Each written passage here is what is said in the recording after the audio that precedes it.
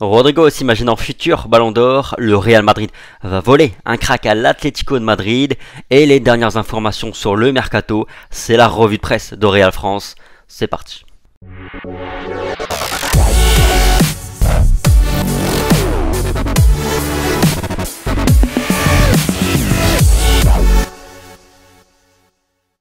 On commence bien entendu notre revue de presse par les unes des quotidiens Marca et AS. Du côté de Marca tout d'abord, de la boxe, mais aussi un petit peu de Real Madrid en haut à droite.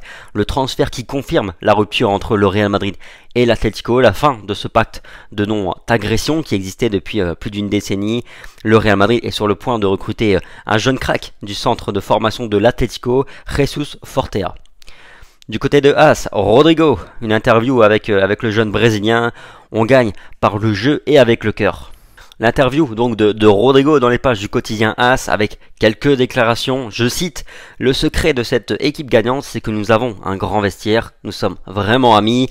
Le Real Madrid gagne grâce à son jeu et avec le cœur, a déclaré le Brésilien au sujet de ses 9 buts cette saison, toutes compétitions confondues, dont 5 en Ligue des Champions. Il a dit: je sais que je peux marquer beaucoup plus de buts la saison prochaine. Au quiz rapide également de ESPN, ici sur le côté droit, il a déclaré que CR7 était son idole d'enfance, que Modric était le meilleur joueur avec lequel il avait joué et que le prochain Ballon d'Or brésilien qu'il voyait, c'était Rodrigo. Le Brésilien a aussi déclaré que son rêve était maintenant de jouer le mondial avec son pays, avec le Brésil bien entendu. La retranscription en tout cas de ce petit entretien est dispo sur real-france.fr. Du côté de Marca maintenant, la fin d'une ère, le Real Madrid a recruté un jeune de l'Atlético, ou va en tout cas officiellement recruter un jeune, Jesus Fortea du centre de formation de l'Atlético. Un recrutement qui confirme la fin du pacte de non-agression entre le Real Madrid et l'Atlético, cet accord qui voulait que les deux clubs ne recrutent pas l'Ancelotti, ou en tout cas pas sans négociation au préalable. On se souvient par exemple du cas Théo Hernandez il y a quelques années.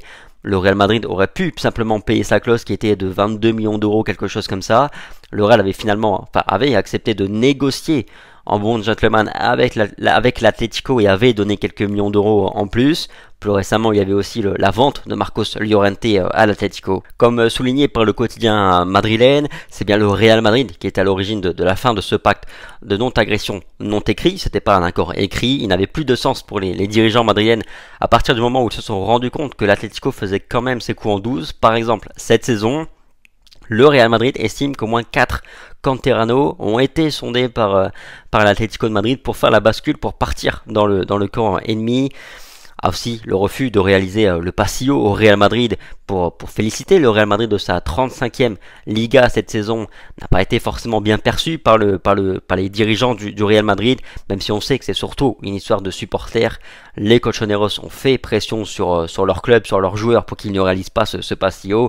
Pour avoir été au Wanda ce soir-là, il est clair que les supporters de l'Atlético auraient pété les plombs s'ils avaient dû assister à leur équipe qui fait une haie d'honneur au Real Madrid. Bref, le probable recrutement en tout cas de Jesus Fortea est la première réponse entre guillemets du Real Madrid. Les relations entre les deux clubs vont rester cordiales, comme le Real Madrid tente de le faire avec tous les clubs d'Europe et du monde. Mais il est clair que la fin de ce pacte signifie que désormais les uns et les autres vont davantage penser à leurs propres intérêts et ce sera plus compliqué de réaliser des transferts entre les deux clubs. Le cas de Marcos Llorente par exemple, pas sûr qu'on revoie d'aussitôt un transfert à la Marcos Llorente.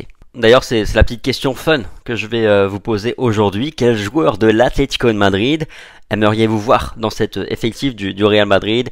Joao Félix, retour de Marcos Llorente, dites-moi un petit peu dans les commentaires et puis on en reparle demain. À part ça, hier je vous sondais au sujet de Carlo Ancelotti, combien de saisons continuera-t-il au Real Madrid? Et globalement, vous pensez à 1 à 2 saisons supplémentaires pour l'entraîneur italien, ce qui sera finalement le cycle habituel pour un entraîneur au Real Madrid. On le sait, ce sont les résultats qui vont faire loi. À Madrid, peut-être plus qu'ailleurs encore, mais dans tous les cas, même si ça se passait très très bien pour Carlo Ancelotti, ce sera difficile d'aller au-delà de 3 saisons consécutives au Real Madrid. On ne se rend pas compte à quel point psychologiquement l'environnement de Madrid est compliqué à gérer. À part ça, le quotidien AS nous reparle de Mariano Diaz, on l'a déjà évoqué hier. Il aurait une offre de 5 millions d'euros de salaire par saison offert par Fenerbahçe. C'est ce qu'il réclamait. Néanmoins, l'offre a été démentie par ses représentants par le biais de la Cadena Ser, une information qui est tombée hier soir. Et comme ils l'ont répété, Mariano Diaz ne partira du Real Madrid que s'il a une offre qui le satisfait.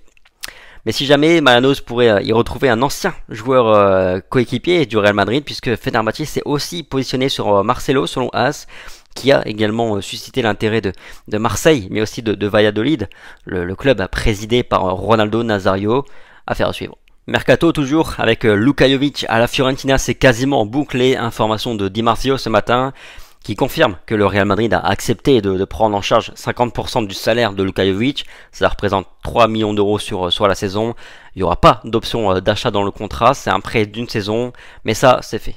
Autre joueur sur le départ, Mario Gila, le jeune canterano est contraint de partir puisque Jesus Valero va rester au Real Madrid cette saison et selon Mario Gortegana, il va s'engager avec la Lazio malgré l'intérêt de clubs espagnols. Il s'agit d'une vente à 5 millions d'euros mais le Real Madrid va conserver 50% des droits sur le joueur et donc va conserver une possibilité de le rapatrier dans un futur proche. Un départ qui pourrait en appeler d'autres chez les jeunes parce que Peter et Arribas par exemple sont très sollicités par des clubs de Liga. Le Real Madrid n'a pas encore tranché à leur sujet, à savoir s'il faut les laisser avec le Castilla de Raúl encore cette saison et possiblement de temps en temps leur offrir une opportunité en équipe première. On sait que la saison va être très très longue cette saison, on pourrait en avoir besoin, ou s'il faut les laisser partir, les laisser s'aguerrir dans un autre club. L'objectif est évidemment de choisir au mieux pour leur propre développement. Voilà, c'est tout pour la revue de presse du jour de Real France. Merci pour votre fidélité comme à chaque fois. Le petit like, le petit partage, le petit commentaire. Répondez à notre question du jour un petit peu fun. Quel joueur de l'Atlético aimeriez-vous voir au Real Madrid? Sur ce, passez une bonne journée. Prenez soin de vous comme toujours et puis on se dit à demain. Allez, ciao.